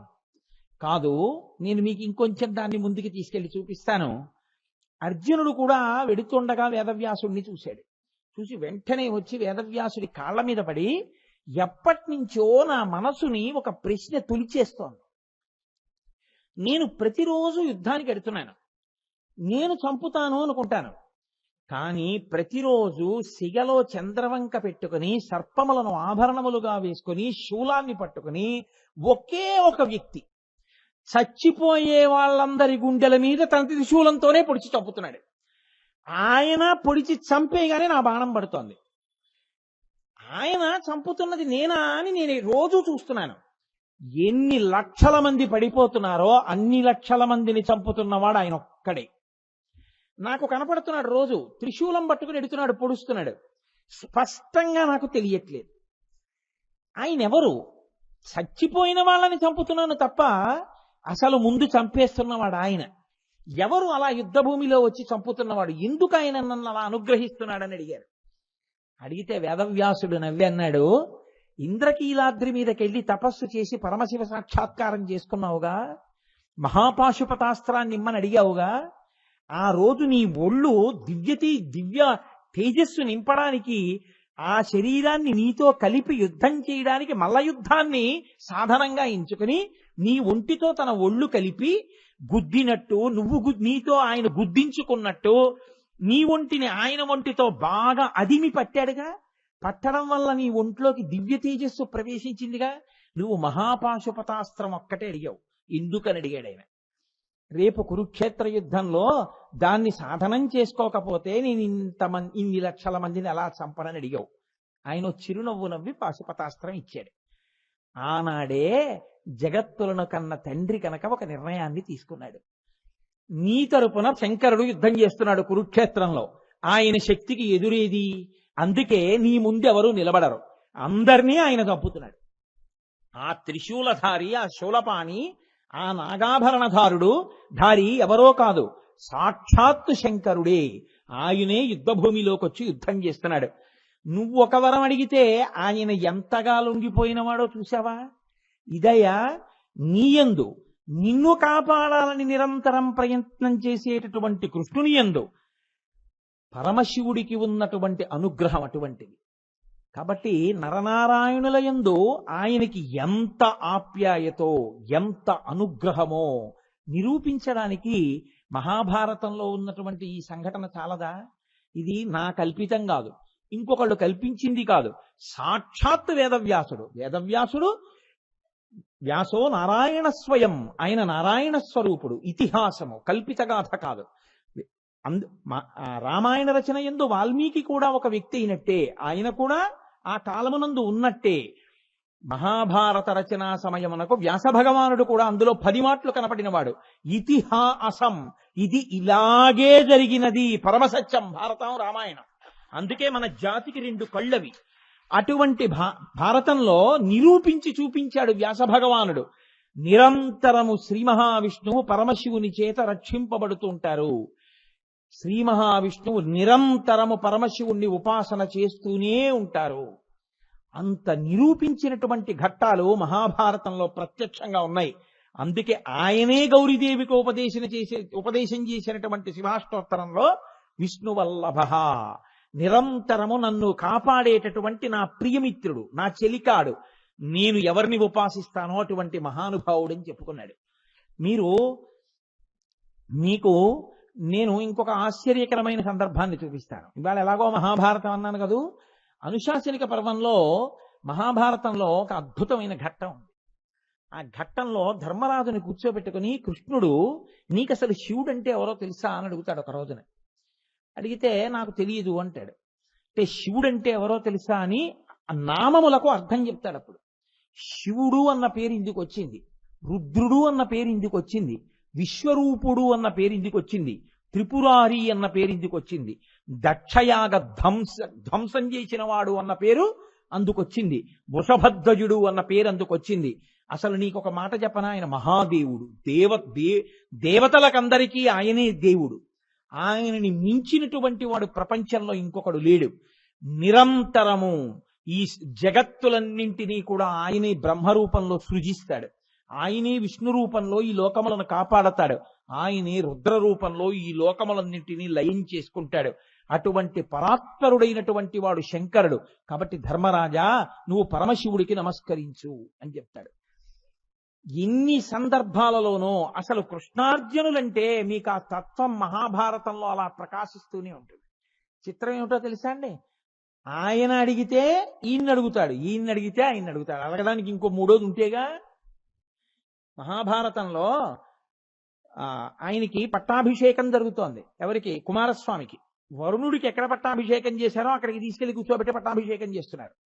పట్టాభిషేకం చేస్తుంటే శ్రీ మహావిష్ణువు వచ్చి తన మెడలో ఉన్నటువంటి వనమాల తీసి కుమారస్వామి మెడలో వేశారు. వేసి అన్నారు, దీనివల్ల ఈ పిల్లవాడి యొక్క తేజస్సు ద్విగుణీకృతం అవుతుంది, క్షీణించినటువంటి తేజస్సు పొందుతాడు. కాబట్టి నేను ఈ పిల్లవాడి మెడలో వనమాల వేస్తున్నాను అన్నాడు. వాళ్ళిద్దరూ ఎప్పుడు ఒండరులు ఒకరికొకరు అలా సాయం చేసుకుంటూనే ఉంటారు తప్ప అసలు వాళ్ళ మధ్య విభేదం అనేటటువంటి మాటే లోకంలో ఉండదు. అంత గొప్ప స్వరూపం. ఆ నిరంతరము శివుడు విష్ణువుని కాపాడుతూనే ఉంటారు. కాబట్టే విష్ణువల్లభ. కాదు మీకు నేను ఒక విషయం చూపిస్తాను. మహాభారత కాలం నాటి విషయం కాదు. వెంకటాచల పర్వతం మీద వెంకటేశ్వర స్వామి వారు అవతార స్వీకారం చేసిన రోజుల్లో చాలా కాలం ఆయన మాట్లాడారు వెంకటేశ్వరుడు. ఒకానొక సందర్భంలో ఆ కూర్ముడనబడేటటువంటి బ్రాహ్మణుడు తన భార్యని, ఆ బిడ్డల్ని, భార్య గర్భిణి, ఆయన యొక్క బిడ్డల్ని, నేను కాశీ పట్టణానికి నా తండ్రి అస్థికలు కలపడానికి ఎడుతున్నాను, వీళ్ళంత దూరం నడవలేరు. ఆ రోజుల్లో కాశీపట్టణం అంటే నడిచి వెళ్ళేవారు. వీళ్ళు నాతో రాలేరు, అందుకని నీ దగ్గర జాగ్రత్తగా అట్టెపెట్టు అని తొండమాన్ చక్రవర్తికి ఇచ్చి వెళ్ళాడు. ఆ భార్యని, బ్రాహ్మణుని యొక్క భార్యని, బ్రాహ్మణుని యొక్క పిల్లల్ని, ఆవిడ గర్భిణి, జాగ్రత్తగా చూడమని వాళ్ళకు ఒక పెద్ద ఇల్లు ఒకటి ఏర్పాటు చేసి రక్షక భటుల్ని పెట్టి అందులో సామాగ్రులన్నీ పెట్టి ఆహార ధాన్యాలు పెట్టి తొండమాన్ చక్రవర్తి ఏర్పాటు చేశాడు. ఈయన కాశీ వెళ్ళిపోయాడు. చాలా నెలలైపోయింది, మళ్ళీ కాశీ నుంచి తిరిగి వచ్చాడు. ఈలోగా మరిచిపోయాడు తొండమాన్ చక్రవర్తి. మరిచిపోవడం వల్ల ఆ ఇంట్లో ఉన్నటువంటి ఆ బ్రాహ్మణుని భార్య బ్రాహ్మణి, ఆమె పిల్లలు, ఆమెకి ప్రసవమైనప్పుడు పుట్టినటువంటి పసిపిల్లవాడితో సహా అందరూ చనిపోయి వాళ్ళ చర్మాలన్నీ నేలకు అంటుకుపోయి అస్థిపంజరాలు అస్థికలు మిగిలిపోయి ఉండిపోయి. బ్రాహ్మణుడు వచ్చన్నాడు తొండమాన్ చక్రవర్తిని, ఏది నా భార్య బిడ్డలు నీకు అప్పచెప్పి వెళ్ళాను కదా, నాకెవరు పుట్టారు అని అడిగాడు. అబ్బో నీకు కొడుకు పుట్టాడయా అని జ్ఞాపకం వచ్చి, అయ్యి బాబోయ్ వాళ్ళు ఏమైపోయారని అప్పుడు భటుల్ని పిలిచి వెళ్ళి చూడండి అన్నాడు. వాళ్ళని ఎక్కడో బయట కాపలా పెట్టాడు. బ్రాహ్మణి మీరు లోపలికి వెళ్ళకండి అన్నాడు. వాళ్ళు లోపలికి వెళ్ళి తలుపు తీసి చూశారు. ఇంకేముంది, అస్థిపంజరాలు ఉన్నాయి. హడిలిపోయి తొండమాన్ చక్రవర్తి ఎక్కడ శాపవాక్కు విడిచిపెడతాడో ఆయనని, నీ భార్య బిడ్డలు వెంకటాచల పర్వతం మీదకి వెళ్ళారు వెంకటేశ్వర స్వామి వారి దర్శనానికి మా ఆవిడితో పాటే, రేపొద్దున్ని దిగిపోతారు, రేపొద్దున్న చూద్దువుగాని అన్నాడు. అని తాను పరిగెత్తుకుంటూ వెంకటేశ్వరుడి దగ్గరికి వెళ్ళారు. అప్పటికి ఇంకా వెంకటేశ్వరుడు మాట్లాడారు. వెళ్ళి నా వల్ల తప్పు జరిగిపోయింది, బ్రాహ్మణి పిల్లలు చచ్చిపోయారు, నువ్వే రక్షించాలని అన్నాడు. అంటే వెంకటేశ్వర స్వామి వారికి చాలా కోపం వచ్చి, కలియుగం అంటే ఇలా ఉంటుంది, ఇచ్చిన మాట మరిచిపోయి రక్షిస్తానన్న వాళ్ళు ఇంత ఉదాసీనంగా ప్రవర్తిస్తారు. నువ్వు ఆ బ్రాహ్మణి యొక్క అస్థికల్ని, పిల్లల అస్థికల్ని పట్టుకుని గోగర్భం, ఇవాళ రోజున మనం పాపనాశనానికి వెళ్ళేటప్పుడు కుడి చేతి పక్కకి వెడితే అక్కడ ఉంటుంది గోగర్భం. ఆ గోగర్భం దగ్గరికి తీసుకొచ్చి ఒక రాతి మీద అస్థికలు పెట్టమన్నారు. వెంటనే తొండమాన్ చక్రవర్తి కొడుకును పంపించాడు. ఆయన పట్టుకొచ్చాడు ఆ అస్థికలు. వెంకటేశ్వర స్వామి వారు గోగర్భంలో పాండవ తీర్థంలో కంఠం లోతు నీళ్లలో నిలబడి ఆ నీళ్లని తీసి అభిమంత్రించి అస్థికల మీద చల్లారు. చల్లితే వాళ్ళు బతికారు. మళ్ళీ వాళ్ళు ఎలాంటి శరీరాలతో పడిపోయారో అవే శరీరాలు పొందేశారు. పొందేసిన తర్వాత ఆశ్చర్యం ఏమిటో తెలుసా అండి, ఆవిడ బ్రాహ్మణుడికి చెప్పింది. చిత్రమేమో తెలీదు, నేను వెంకటేశ్వర స్వామి వారి కడుపులో ఉన్నట్టు చాలా లోకములు చూసినట్టు నాకు అనిపించింది అండి ఆవిడికి తెలియదు, ఆయన బతికించాడు. అప్పుడు వెంకటేశ్వర స్వామి ప్రతిజ్ఞ చేశారు, కలియుగంలో ప్రజలు ఇంత పాపంతో ఉంటారు, రాజే మాట తప్పిన వాడయ్యి ఉంటే ఇంకా ప్రజలు మాట ఎక్కడ పాటిస్తారు, ఎవరు మాటకి నిలబడరు, అబద్ధ ప్రతిజ్ఞలు చేస్తారు. కాబట్టి ఇక ఇవాళ నుంచి నేను మాట్లాడను, నేను ఎప్పుడైనా మాట్లాడవలసి వస్తే గంటల ద్వారానో భక్తుల ద్వారానో నేను పలుకుతాను అని ఆ రోజు ప్రతిజ్ఞ చేసి, నకృతం దైవ సంఘైశ్చ నకృతం విశ్వకర్మణ స్వేచ్ఛయా క్రీడతే తత్ర ఇచ్ఛారూపం విరాజిత. వెంకటేశ్వర స్వామి వారి యొక్క మూర్తిని విశ్వకర్మ చెక్కలేదు, ఏ దేవతలు తయారు చేయలేదు, ఆయనే అలా నిలబడ్డారు. అది విగ్రహం కాదు, అది సాక్షాత్ ఈశ్వరుడు. అటువంటి మహానుభావుడు ఆయన ఆ రోజున అలా నిలబడ్డారు. అటువంటి వెంకటేశ్వరుడు పద్మావతి పరిణయం ఆయన అవతార ప్రయోజనాల్లో అత్యంత ముఖ్యమైనటువంటి ఉద్దేశ్యం. ఆయన తల్లికి మాట ఇచ్చారు యశోదకి, అందుకని వెంకటేశ్వరావతారం తీసుకున్నారు. వకుళమాతని పిలిచి ఒక మాట చెప్పారు, అమ్మా నువ్వు వెళ్ళి ఆకాశరాజు గారిని నా కోసం పిల్లనడిగి పద్మావతి పరిణయం జరిగేటట్టుగా చూడు. పద్మావతి పరిణయం జరగడం కోసమని నువ్వు వెళ్ళేటప్పుడు తప్పకుండా కపిల తీర్థంలో ఉన్నటువంటి కపిలేశ్వరుడైనటువంటి పరమశివుడికి నమస్కారం చేసి వెళ్ళు. శివానుగ్రహం కలిగితే తోరణం వస్తుందమ్మా అన్నారు. నృసింహ గుహ అని ఇప్పుడు మూసేశారు దాన్ని. పాతాళం మీరు కపిల తీర్థంలో స్నానం చేస్తుంటే కనపడుతుంది కుడిపక్క కొండ లోపలికి. ఇనప ఊసలు పెట్టి మూసేశారు. ఆ గుహలోంచే పాతాళ మార్గంలో బయటికి వచ్చింది ఆ రోజున వకుళమాత. వచ్చి ఆవిడ కపిల తీర్థంలో కపిలేశ్వరుణ్ణి సేవించి వెళ్ళింది. ఇప్పటికీ కూడా వెంకటేశ్వర స్వామి వారికి చెప్పేటటువంటి నామాలలో శివప్రియాయ నమః అని ఉంటుంది. ఆయన ఎప్పుడు పరమేశ్వరుడు యొక్క ఆరాధకుడే. అక్కడ ఆకాశరాజు గారు పద్మావతీదేవి బెంగ పెట్టుకుని ఉంటే ఆయన చేసిన పని ఏమిటో తెలుసండి. అగస్త్య మహర్షి వచ్చారు, నా పిల్ల బెంగ పెట్టుకుంది, ఏమిటో చెప్పదు, ఎవరికో మనసిచ్చానంటోంది, ఏమిటి ప్రారంధం అంట అంటే ఆయన అన్నాడు, సమస్త శుభములు జరగడానికి, అందరి మనసులు చల్లపడడానికి ఏం చేస్తావో తెలుసా? సహస్రఘటాభిషేకం శివలింగానికి చెయ్యి. సహస్రఘటాభిషేకం చేసి శివలింగం చల్లబడితే నీ మనసు కాదు లోకమంతా చల్లబడుతుంది. ఎంత బాధతో ఉన్నావో అంత పెద్ద కళ్యాణం చేస్తావు. సహస్రఘటాభిషేకం చేశాడు.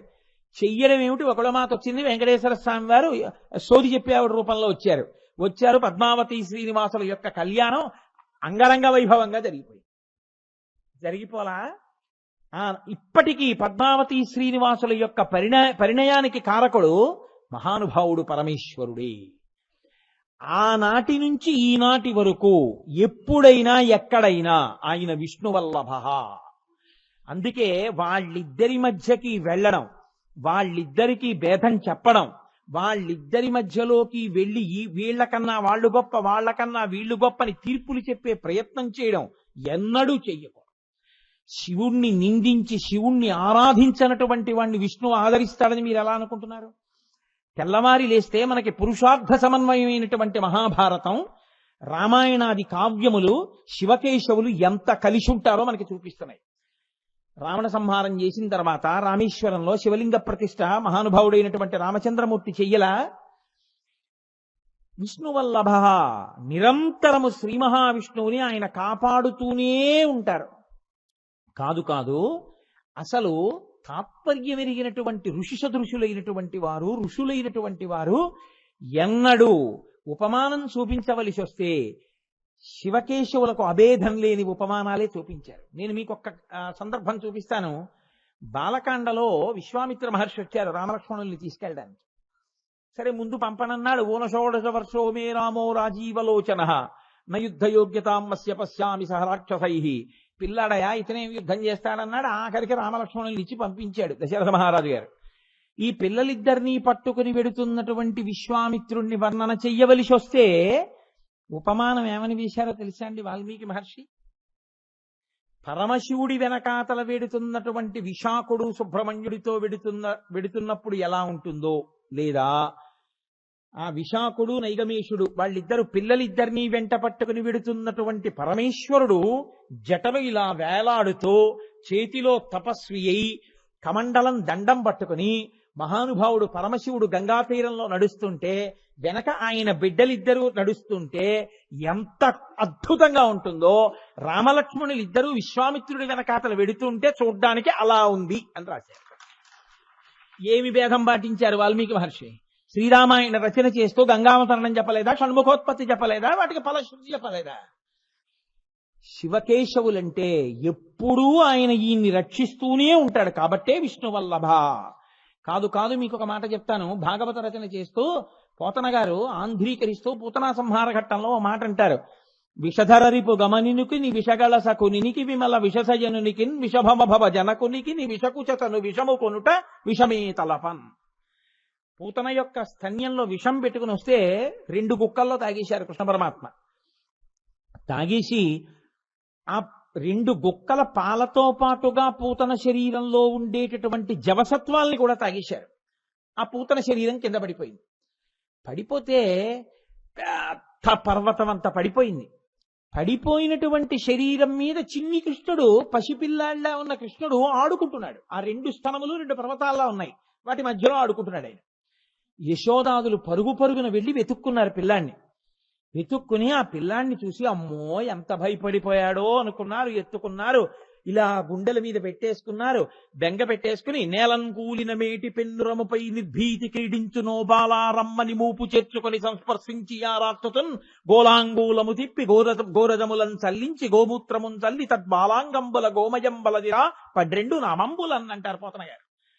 ఆవు దగ్గరికి తీసుకెళ్లి ఆవు తోక పిల్లాడి చుట్టూ తిప్పి కేశవుడు కేశవులను రక్షించుగాక, గోవిందుడు హృదయములు రక్షించుగాక, హృషికేశుడు మోకాలను రక్షించుగాక అంటూ 12 నామాలతో అవయవాలకు రక్ష పెట్టారు. ఎవరికి? ఆయన నామాలతో ఆయనకే.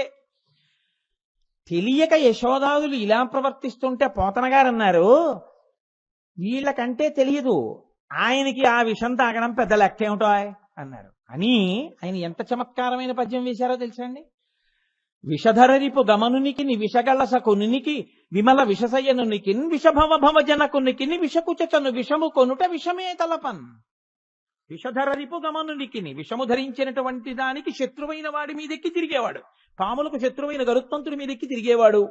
విషధరరిపు గమనునికి విషగల సఖునికి హాలాహలాన్ని తీసుకొచ్చి కంఠంలో పెట్టుకున్నటువంటి పరమశివునికి మిత్రుడైన వాడు అని ఈశ్వరపోతనయ్యారు. విషగలసకు నినికి విమల విషసయ్యనునికి నీటి ఎందు పడుకునుండేవాడు. విషభవ భవ జనకునికి విషములంటే నీళ్ళని అర్థం ఉంది, నీటిలోంచి పుట్టింది తామర పువ్వు, తామర పువ్వులోంచి పుట్టినవాడు బ్రహ్మగారు. విషభవ భవ జనకునికి అటువంటి వాడికి తండ్రి అయిన శ్రీమన్నారాయణుడు. విషకుచను విషము కొనుట విషమే తలపన్. ఒక స్త్రీ స్తన్యంలో కుచంలోంచి వచ్చినటువంటి కొద్దిపాటి విషం తాగడం పెద్ద లెక్క, తాగిశాళ్ళు అన్నారు.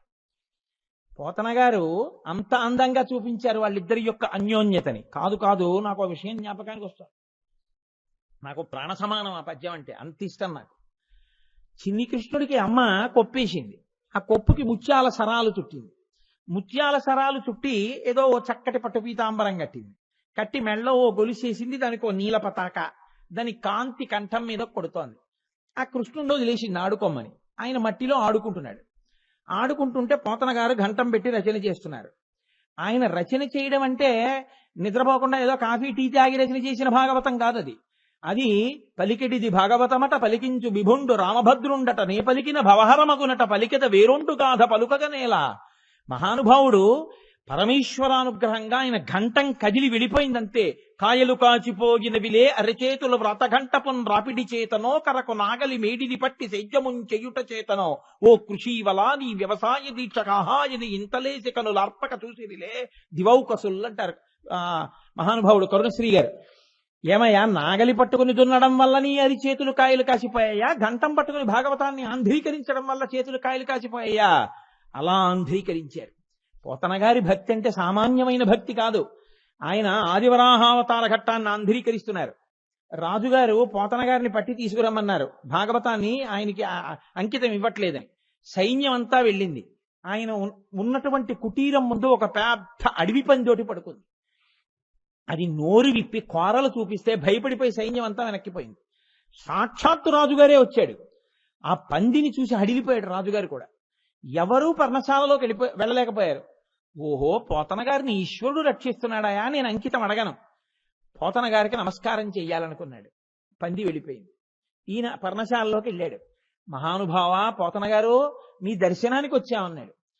ఆహా అలాగా, మా సైన్యం వచ్చింది, నేను వచ్చాను, లోపలికి వద్దామంటే రాలేకపోయాం, బయట పంది పడుకుంది, అది కాపు కాస్తోంది, మీ యొక్క పర్ణశాలని రక్షిస్తోంది. ఆ అడవి పందికి మీకు ఎలా స్నేహం? ఆయన అన్నారు, అడవి పంది నా పర్ణశాలని ఇంతసేపు కాపలా కాసిందంటే అది సామాన్యమైన అడవి పంది కాదు. లోపల నేను ఆదివరాహమూర్తి యొక్క ఆవిర్భావ ఘట్టాన్ని ఆంధ్రీకరిస్తున్నాను. ఆ యజ్ఞవరాహమే పర్ణశాల బయట కూర్చు పడుకుని నన్ను కాపాడింది. మహానుభావ, నా కోసం ఇంత శ్రమ పడ్డావా అని నమస్కరించారు పోతన గారు. అటువంటి పోతన గారు భాగవత ఆంధ్రీకరణ యందు అమ్మ చిన్న కొప్పు వేసి వాటికి ముత్యాలు చుట్టి ఓ పట్టు పీతాంబరం కట్టి కాళ్ళకి చిన్న చిన్న మువ్వలు పెట్టి ఓ చిన్న ఉత్తరీయం లాంటి తోటి నడుముకి కట్టి ఆ చిన్ని కృష్ణుడికి మెళ్ళో ఓ నీలపతాక వేసి దాని కాంతి కంఠానికి కొడుతుంటే దృష్టి తగలకుండా బుగ్గనో చుక్క పెట్టి ఆ పిల్లాన్ని విడిచిపెట్టింది. ఆయన పిల్లవాడు కదండి, పిల్లవాడిలా ప్రవర్తించాడు కదూ. మరి అక్కడికి వెళ్ళి ఆయన మట్టితో ఆడుకుంటున్నాడు. ఆంధ్రీకరిస్తున్నటువంటి పోతన గారికి అకస్మాత్తుగా ఆడుకుంటున్న చిన్ని కృష్ణుడిలో శంకరుడు కనబడ్డాడు. ఆయన ఘంటం పద్యం ఎలా పడిపోయిందో తెలుసా అండి? తనువునంటిన ధరణీపరాగంబు పూషిన నిరిభూతి పుతగాగ ముందర వెలుగొందు ముక్తాలలామంబు తొగల సంగడిగాని తొనకగాగ పాలభాగంబుపై పరగు నావిరిబొట్టు కాముని కాల్చిన కన్నుగాగా కంఠమాలికలోని ఘననీల రత్నంబు కమనీయమగు మెడ కప్పుగాగా హారవల్లులురగ హరవల్లులు కాగ బాలలీల ప్రౌఢ బాలకుండు శివుని పగిది నొప్పె శివునకును తనకును వేరులేమి తెలియ వెలయునట్లు. మట్టితో ఆడుకుంటున్నటువంటి చిన్ని కృష్ణుడు మట్టి తీసి మీద పోసుకుంటుంటే ఒళ్ళంతా విభూతి రాసుకున్నటువంటి పరమేశ్వరుడు నాకు దర్శనమయ్యాడు. చిన్ని కృష్ణుడికి అమ్మ కొప్పు వేసి ఆ కొప్పుకి కట్టినటువంటి ముత్యాల సరాలు నాకు పరమశివుడి యొక్క జటాజూటంలో పెట్టుకున్న చంద్రవంకలా కనపడుతున్నాయి. కళాభ్యాం చూడాలంకృత శశికళాభ్యాం నిజతపఫలాభ్యాం భక్తేషు ప్రకటిత ఫలాభ్యాం భవతు మే శివాభ్యాం అస్తోక త్రిభువన శివాభ్యాం హృది పునర్భమాభ్యాం ఆనందస్ఫురతనుభవాభ్యాం నతిరియం అని కదా శంకరాచార్యులు వారు అంటారు. ఈశ్వర అటువంటి మీకు నా నమస్కారముగాక అంటారు. కాబట్టి ఆ చిన్ని కృష్ణుడి యొక్క కొప్పుకి కట్టినటువంటి ముత్యాల సరాలు పరమశివుడి యొక్క కొప్పులో ఉన్న చంద్రవంకలా కనపడుతున్నాయి. ఆయన మెడలో అమ్మ వేసినటువంటి హారానికి ఉన్నటువంటి నీలమణి యొక్క కాంతి కంఠానికి కొడితే నాకు గరళకంఠుడైనటువంటి నీలకంఠుడు నాకు దర్శనమయ్యాడు. ఆయన మెడలో అమ్మ ముత్యాల హారాలు వేస్తే నాకు సర్పాలు ఆభరణములుగా కలిగినటువంటి పరమేశ్వరుడు ద్యోతకమవుతున్నాడు. నాకు ఆ చిన్ని కృష్ణుడు నా వంక చూసి, పోతనా శివుడొకడు కృష్ణుడొకడు అనుకున్నావా? శివుడు కృష్ణుడు రెండు కాదు. శివుని పగిది నొప్పే శివునకును తనకును వేరులేమి తెలియవెలయునట్లు పోతనా శివకేశవులని ఇద్దరు లేరు, ఉన్నదొక్కటే పదార్థం. ఆ పదార్థమే ఇలా కనపడుతోంది. ఉన్నదొక్కటేనయ్యా అని నాకు పాఠం చెప్తున్నాడా అన్నట్టుగా నాకు చిన్ని కృష్ణుడు దర్శనం అయ్యాడని పోతన గారు ఆంధ్రీకరించారు. అంతకన్నా గొప్పవాడు కావుగా భేదాలు చెప్పడానికి. కాబట్టి ఉన్నదొక్కటే పదార్థం. మహానుభావుడు రుక్మిణీ కళ్యాణాన్ని ఇప్పటికీ లోకంలో రామాయణంలో జయచ్చతి బలోరామో లక్ష్మణశ్చ మహాబల రాజా జయితి సుగ్రీవో రాఘవేణాభిపాలిత ఆ మంత్రానికి ఆంధ్రానువాదం ఎక్కడైనా చెప్తే జయచ్చతి బలోరామో చదివితే ఎంత శక్తి వస్తుందో అంత శక్తి ఆవిర్భవిస్తుందని చెప్పగలిగినటువంటి ఆంధ్రానువాదం లేదు. కానీ రుక్మిణీ కళ్యాణం పద్యాలు సంస్కృత భాగవతంలో వ్యాసుడు చేసినవి చదువుకుంటే ఎంత ఫలితమో తెలుగులో పోతన గారు చేసినవి చదువుకున్నా అంతే ఫలితం. తెలుగు భాషకే గౌరవాన్ని తెచ్చి ఈశ్వర శక్తిని భాషలో పెట్టినటువంటి మహానుభావుడు పోతన గారు.